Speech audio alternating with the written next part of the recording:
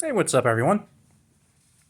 I have a pretty exciting thing going on, so I figured I wanted to share it with some people. And since no one I actually know in person really gives a darn, I figured I'd make a video and maybe some of you guys would give a darn. I don't know, or at least find it a little bit interesting. Anyway, I have completed, sort of, my Franklin half dollar set. So, as you can see, I put it in a Whitman album. I really like the Whitman albums because they have pieces of acetate on the front and back so you can see both the coins. Probably familiar with these. Usually I use the Whitman folders, and one of the reasons I use the album on this one rather than the folders is because normally I'll put kind of low grade sets together, and those are pretty good. I mean, sometimes I'll put them together like using like junk silver buys or bulk wheat penny buys. So, I'm not really putting brilliant uncirculated coins into those sets typically. So, I don't mind, buying a $4 or $5 folder and kind of having them exposed without any covering or anything. This particular set, though, I did want to put together in higher grade. And as such, I didn't want to put them in a regular Whitman folder and risk the surfaces getting damaged or anything. I mean, not that they would get damaged in one of those folders if it's handled carefully and properly and whatnot, but I just really like the safety that the album affords. Plus, it looks really cool, and you can see the backs and whatnot. So, thought it'd be pretty cool to do. The other reason why I decided to focus on a Franklin set to put what I consider a nice set together is because it's a silver half dollar set and it's pretty obtainable and affordable. The Franklin set ran from 1948 to 1963, and I think the most expensive coin I purchased was about $38, and nearly every single one was under 25, and quite a few of those were under 20. Some of them were as little as 12, and they were really nice looking coins. So it's something that was very, very obtainable, very easy to do, and didn't really require any big decisions or saving or anything. Just kind of like $12 here, $20 there, and I was able to fill the set. Now, right now, now that I've sort of kind of finished this one, more on that in a minute, I'm actually working on a Walking Liberty half set. That one, that is 1916 to 1947. That one I have about 2/3 done so far. That one is in extremely low grade condition. Some of those are probably like in fair condition, some AG, G. Probably there's really not much in there over VG, to be honest with you. It's something I put, and the ones that are VG are kind of the most common ones that I pulled out of junk silver. I'll probably end up showing you that once I finish it, maybe a few months down the line. That one I did put into the Whitman folders because, quite frankly, it's a cheap set. Like I said, I got a lot of it for not much more than silver scrap value. But enough with that. Let's take a look at this set right here.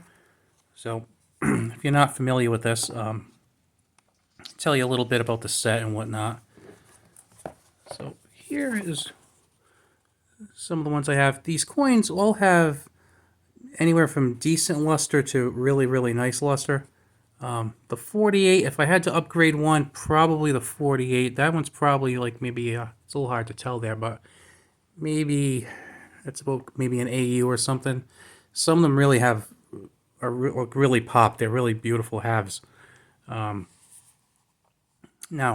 when we flip the page here and we look at the ones at the backs of these coins, you might be taking a look at the bell lines to see if I have full bell lines.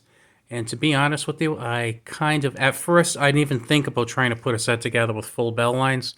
Didn't even occur to me. Then I kind of thought about it for a second, and I said, well, you know what, maybe I should try and put one together with full bell lines. I'm really sorry about the glare, but, the acetate kind of makes a glare from the lights, and I have a couple of lights in the room, so, as you could probably tell, so it's a little tough, and I do apologize for that.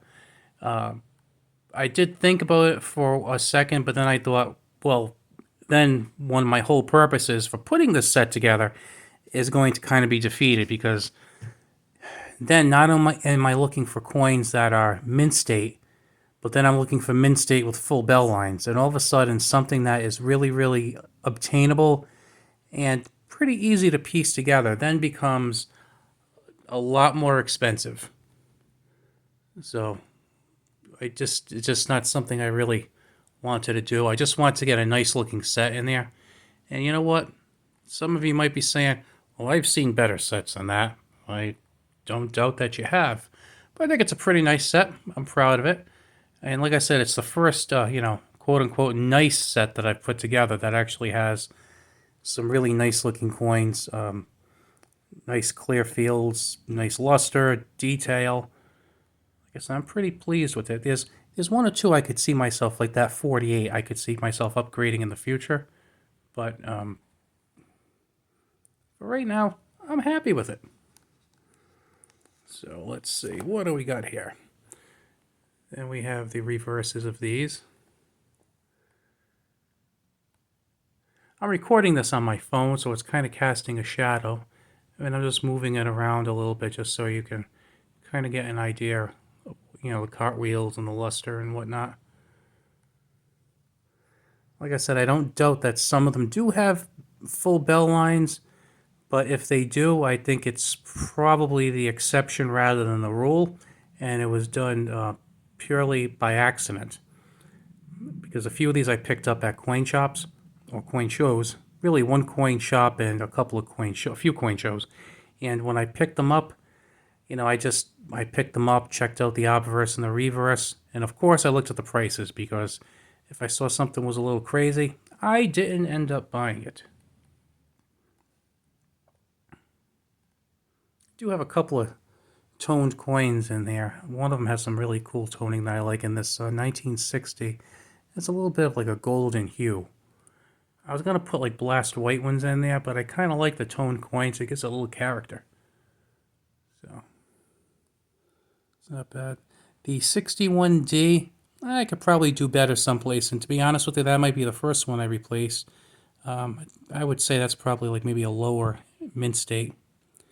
Now, if you're not familiar with these Whitman folders, one of the things I like about them, if you look at the side there, is you can loosen a couple of screws and you can put additional pages in there. So you might be saying to me, well, why the heck would you want to do that? Because they made them from 1948 to 63. They give you a spot for up to 1963, and there's even an empty hole because there's not enough coins to fill 3 full pages. Well, I'm glad you asked. The reason is for the crazy man who wants to get the proofs together also. As you can tell, I am pretty early on the stage in this one. Let's see. I think there are 14 proofs going from, was it 48 to 63? So, let's see, 48, 49, 50, 12. Yeah, so there should be, okay, I'm losing my mind here now. So 48, 49, 50, 12, I think it's supposed to be 16, but yet I have 1963 here. Maybe I miscounted. But anyway, looking forward to getting this done. These are going to be pretty easy to get. I could probably get pretty decent looking to nice looking proofs for not much over melt value, actually, even in today's crazy times. These right here are going to be kind of so-so. I should be able to find them without much trouble, and, I'll have to pay a decent amount more than these. These 4 are going to be the tough ones. For those of you who are familiar with proofs, like mid-1900s proofs, late 40s and early 50s were a lot tougher. I wouldn't say like they're rare or something you never encounter, but they're a lot more scarce than what you would see than the proof coins that were made in the late 50s and 60s. I think some of the mintages, if I'm not mistaken, may have been under 100,000, or maybe just over 100,000, and then even into the early 50s, they were in the 1 or 200,000 versus like 3 million to 3.5 million later on. So you don't really see them that frequently, and when you do, the prices are substantially higher. Now, not to say that they're hard to find or anything, but because I mean, if you wanted, I mean, if you were really motivated and say, I want a 19 whatever Franklin $half proof, I mean, you could probably go on eBay and buy one in about 3 minutes. The question is, are you going to be getting it for a fair price, and is the grade acceptable to you, especially in that price? So finding them isn't going to be the issue, but finding them for fair prices and finding them in conditions that I want. Because to be honest with you, I don't want to drop $200 for a proof that's crappy looking. Now for 200, I might get one that's only kind of so-so. For certain years anyway. Other ones I guess I can get for like $15. The other problem is that a lot of the people who buy these proofs get them graded. And obviously I don't want one that's graded because the holder won't fit in the circle.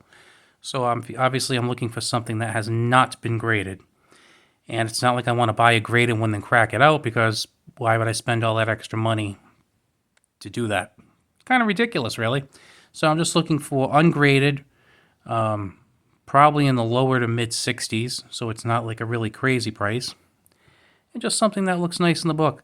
Once that's done, I might actually get one of the Bugs Bunny varieties and put one in here just to have an example, because it's kind of unmarked here, and I just thought it'd be kind of cool. So this way I'd have all the business strikes, all the proof strikes, and then maybe have a little Bugs Bunny example thrown in there. So pretty excited about it. I think it's a pretty cool set. Now, once I finish my Walking Liberty set, it will look nothing at all like this. I will show all of you when it's done. It is going to be unimpressive. I mean, I guess it's impressive if you figure that the coins are 107 years old to 76 years old, and some of them actually had kind of low mintages, like maybe 200,000 or 300,000, and quite a few more were only around 1 or 2 million, which is kind of low for coins that were put out for circulation. But yeah, it's not going to be a pretty set by any means. It's really not. It's going to be worn to the point where somebody might say, "Is that's 1926? Is that a 6?" Yeah, it's a 6. I make sure I can read the dates. Although sometimes I do need the help of a magnifier. But that's not only because of the coin's condition, it's also because of my eyes. I'm not getting any younger. Anyway, if you like videos like this, kind of like set reviews and whatnot, I would appreciate the thumbs up button. It's kind of a good way to show me things that you might enjoy seeing and you don't enjoy seeing. Because, like I mentioned before, I do have a little bit of variety on the site. As far as having like coins, firearms, knives, tools, and stuff. It's kind of like just like a personal station for some of the things that I enjoy and I think other people would enjoy.